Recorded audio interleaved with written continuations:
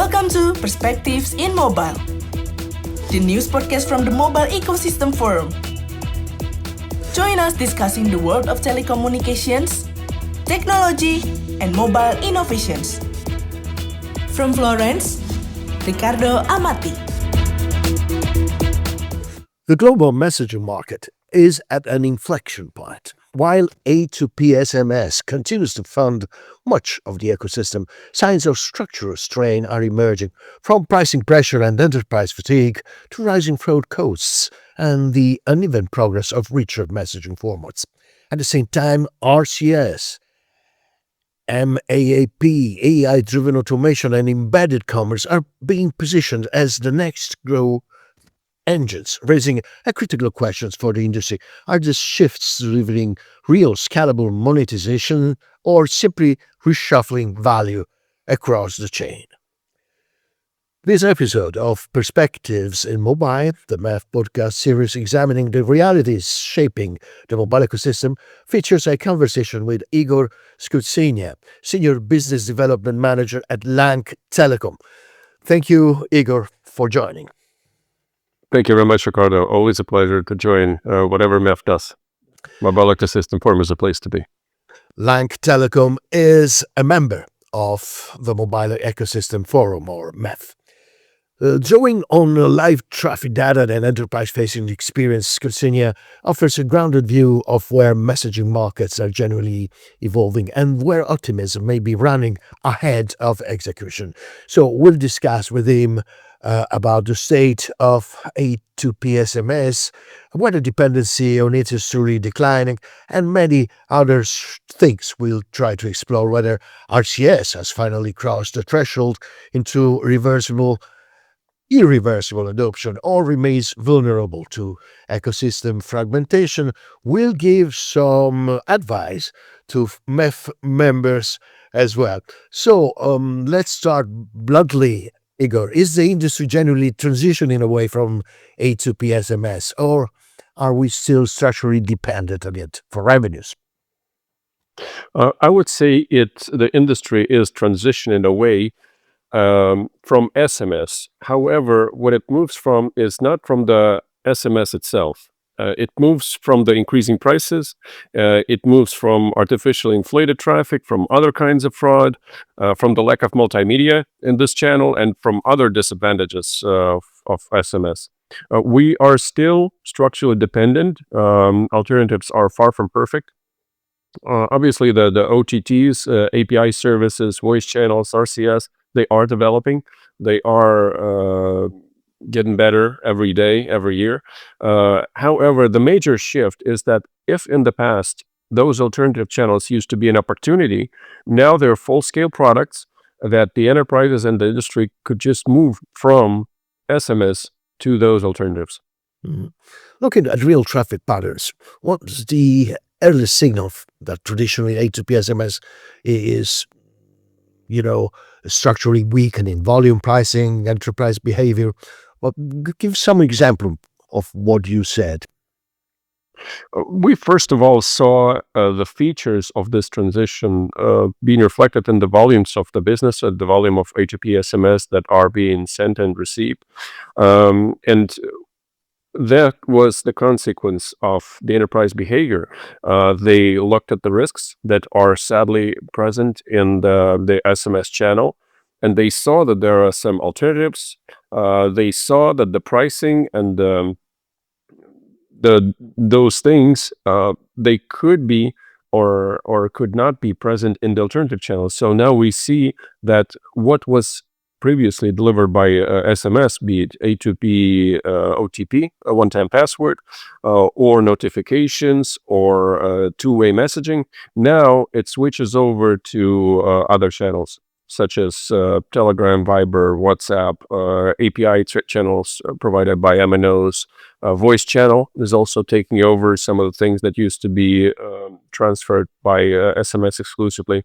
RCS is developing, so now the enterprises, when they see the rising prices, when they see that they have the opportunity to switch over from SMS to something else, they do.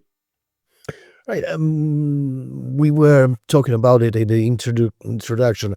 From what you're seeing in live traffic and enterprise demand today, is RCS finally reaching a point of irreversible adoption? Or are we still one ecosystem misstep away from it stalling again?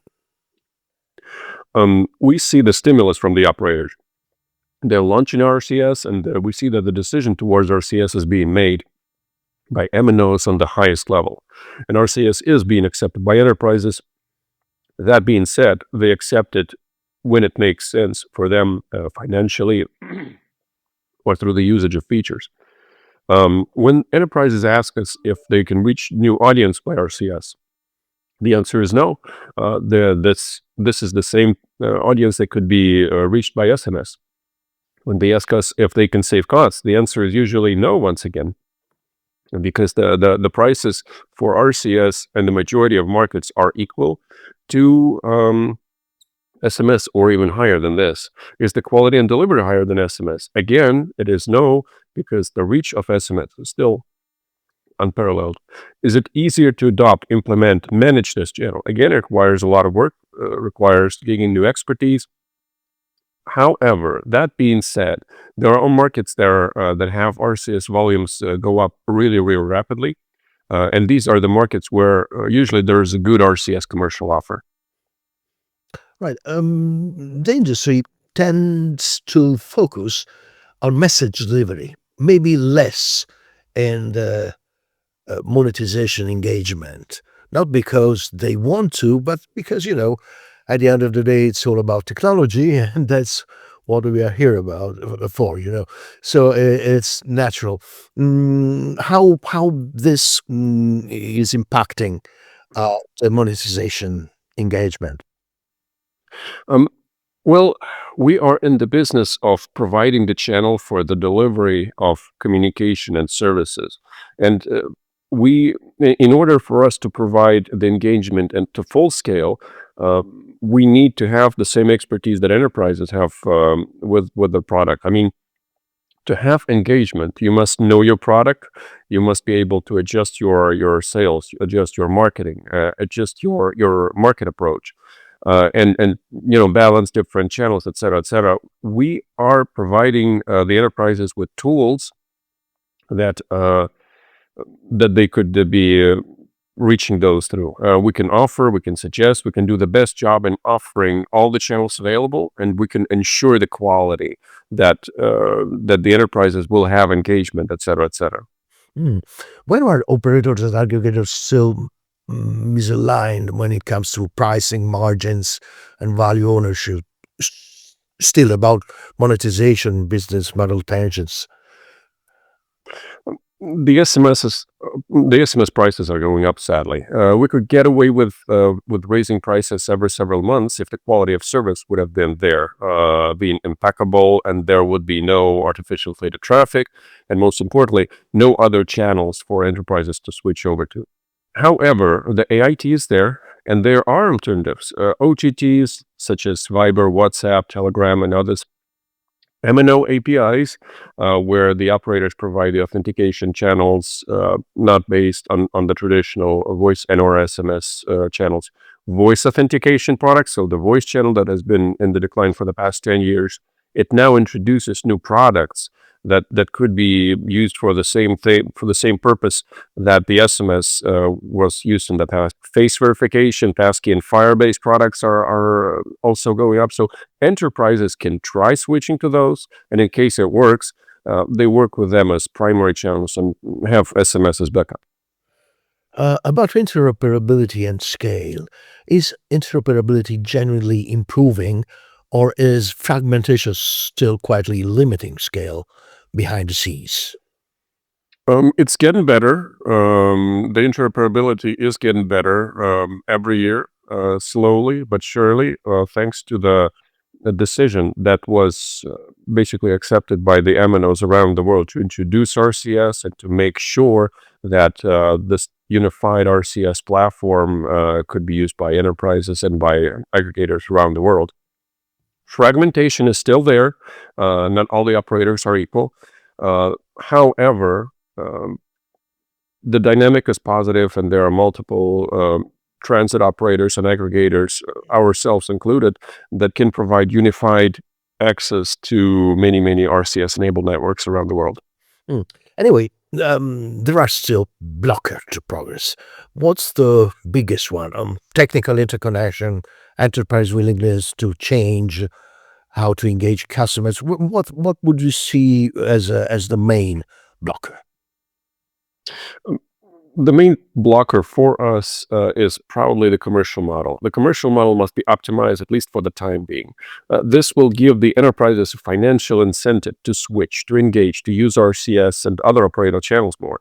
They're not in the business of paying our bills. We as industry must be able to sell the service, not just offer it and hope for enterprises to be willing to change their ways. So if we change the commercial approach and provide a better offer that will make sense in short term and in long term to enterprises, for them to try it out, to switch it over, and see all the value that RCS and other operator-based channels bring, then the global change will come.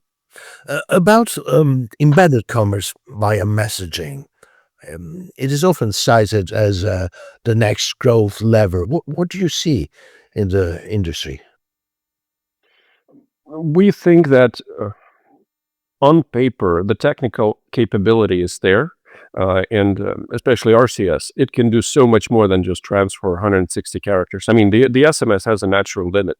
You can only provide the usual symbols in a limited capacity by this channel. However, when you go to RCS, there is a technical capability to introduce multimedia, to introduce video, audio, to introduce carousels, and sometime later on to introduce location integration, calendar integration, payments as well. And all those things would be very, very helpful when the RCS would reach its full capacity in terms of multimedia. That being said, it's very important to follow the best practice. I mean, we saw how Facebook Messenger 10 to 15 years ago, it used to be for informal communication. But now there are businesses that have millions of dollars in revenues every year that use only Facebook Messenger. I mean, they don't do physical locations. They communicate with their customers and with their team by Facebook Messenger. And this is enough to run a several $million business. So this is the blueprint that could be used for RCS as well, because we can do so much more than Facebook Messenger. What has to change operationally for messaging to behave like a platform rather than a channel? Talking about map. We need to introduce as many products available through the messaging channel as possible. Not only limiting ourselves to the SMS and 160 characters. If the messaging needs of our enterprises and our traffic partners aren't met, then they will go elsewhere and they will explore new opportunities. So once we introduce the SMS to the full capacity, we will make sure that it maintains the presence it has that cannot be met by other channels. It ensures the reliability and quality that it provides, unlike the alternatives, and enhance it with all the wonderful features that RCS has, like multimedia, like payments, et cetera, et cetera, et cetera. This is where the messaging channel becomes a messaging as a platform, because there are so many products to choose from. And you don't have to be limited to SMS and RCS. Perhaps, like, if your messaging as a platform enterprise client is demanding to have several messaging channels, well, I mean, so be it. The client is king, the client pays our bills, and the more products are available at the platform, the better. And we're there to make sure that they have a one-stop shop for all their messaging needs. Will it end up with a few large players, or messaging as a platform could enable a more diverse ecosystem? I think that this is a natural process that happens in any industry. The large players have access to better funding at better rates. They have access to the technology that small players don't have access to. They have the opportunity to manage market because their impact is so significant. So, and large enterprises would be served by large messaging as a platform vendors. I mean, they will be going to them. They're not going to be using the excuse me. They will not be using the services of a small company that was found 1 year ago. That being said, there is a natural process also of accepting change, and smaller companies have a lot having a lot better opportunity to accept change, to accept new technology, to try it out, to see if it's working or not, to adjust their approach, to adjust what they offer to their customers, to make the offer better, and then grow, become a larger vendor to occupy the market share that was previously held by someone who's larger and slower to react to the change and slower to adjust. So this is a natural process. Right. As you were saying, messaging as a platform needs new verticals. What are actually ready now to transact inside messaging, which are still stuck in pilot mode? If you I would make some examples. uh, well, RCS is very, very far from full capacity. We're delivering basically texts, and in a limited capacity, we're delivering multimedia, and the technology limit is not yet reached. We're yet to introduce payments. We're yet to introduce carousel on the level that it was designed technically, and the location and calendar integration, and God only knows which with how many functions we can enhance the RCS channel with. I mean, on paper, the RCS channel can be as good as the application. So if you could introduce all the functionalities that are present in the mobile application into the RCS through the use of AI chatbot, through the use of commands, through the use of big data, you wouldn't need, and the end user will not need, and the enterprises will not need a very, very expensive to develop and to sustain mobile application. I mean, mobile application business is very, very large, very, very heavy. If you could introduce the same functionality into RCS and have all the wonderful things that are in the application to be available through RCS chatbot, so be it. That would be great. That would be the way to go. So the messenger would become an app as well. You don't need a, you don't need a 100 apps, yeah, yes. other apps. Yeah. You don't need so many apps anymore. An escalating risk is fraud. Has it evolved faster than the industry's ability to defend against it, especially as messaging becomes richer and more interactive? The messaging becoming richer and more interactive is kind of making the fraud harder to happen when we operate with a basic channel, so to speak, the SMS. The access is very, very simple, and all the things that you must do to organize the fraud attack in the SMS, they're just fewer things to do compared to RCS. With RCS, with branding, with having it as a digital nature, with having Google basically processing all RCS traffic, it is a lot more complicated to make an attack. So in this case, the RCS is generally a safer channel. That being said, the approach that we employ in our SMS business could be transferred into RCS as well, where we use AI to detect fraudulent attack, to detect fraudulent messages, be it smishing attempts, spam attacks, or AIT, artificial inflation of traffic. We use AI to counter that in SMS, and transferring this technology into RCS would also mean making RCS channels a lot more quality and a lot more reliable. Yeah, with cyber criminals as well, they use AI. I don't know when quantum computers will be ready for use. Must become very difficult to stop them. That's true. However, the good thing is that the fraudsters must invest a lot of resources and must spend a lot of time preparing for the attack to do. And with us, If our defense is strong enough, if our defense is accurate enough, if our defense is just quick enough, then we are detecting the attack on a very, very early stage. We minimize the damage, we minimize the revenue that is going to the fraudster's pocket. So they could be spending tens of thousands of euros in preparation and probably hoping for hundreds of thousands of euros in revenue. However, we're making sure that they can maybe claim 10 euros or 15 euros or 20 euros. And after that, it's all blocked and it's all for nothing. So they understand that in this case, the crime will not pay, and maybe they will find something else to do with their lives.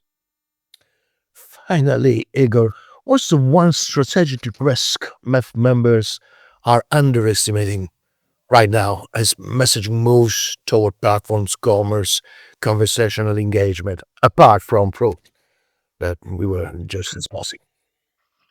I think it must be addressed that the regulation is a little uneven when it comes to the OTTs, to over-the-top messengers like Viber, WhatsApp, Telegram, what have you. We have the regulatory framework and legal framework for SMS.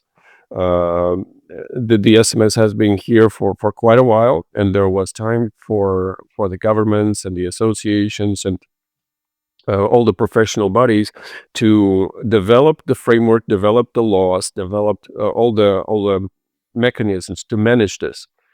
That means, and we spend a lot of time and all the associations addressing the challenges that SMS faces in terms of artificial inflation of traffic, spam, smishing, the decreasing prices, the lower quality. We don't address the weaknesses that OTTs have, that Viber has, that Telegram has, that WhatsApp have. They are not regulated. They are proprietary channels. And when the fraudsters have an opportunity, they jump from voice, they jump from a SMS to those channels the first chance they get, because they know that these channels don't have the regulation the SMS have, they don't have the transparency the SMS have, and sometimes they will just have a chance to get away without a trace. I mean, with SMS, there is a trace in a regulated environment, and if it's OTT, when the fraudsters stop using this channel, then it's goodbye. And we need to address that, this uneven regulatory environment that SMS has and OTTs don't. So don't underestimate regulation. Clear rules makes an industry good and positive. Yes. Igor Skutsenya, LANCK Telecom, Senior Business Development Manager. Thank you, Igor, for your insights. Thank you very much, Riccardo. Thank you for having me. That's all for this episode of Perspectives in Mobile, the MEF podcast series examining the realities shaping the mobile ecosystem. We have talked about the state of A2P SMS, whether RCS has finally crossed the threshold into reversible adoption, and through Igor Skutsenya, LANCK Telecom, we gave some advice to MEF members. Thank you for listening. Stay tuned. Good luck with your work. Thank you very much. Thank you very much for having me. Thanks for listening to Perspectives in Mobile. Join us next as we explore telecoms, technology, and mobile innovations. Stay tuned, stay connected, and let's unlock the mobile potential together.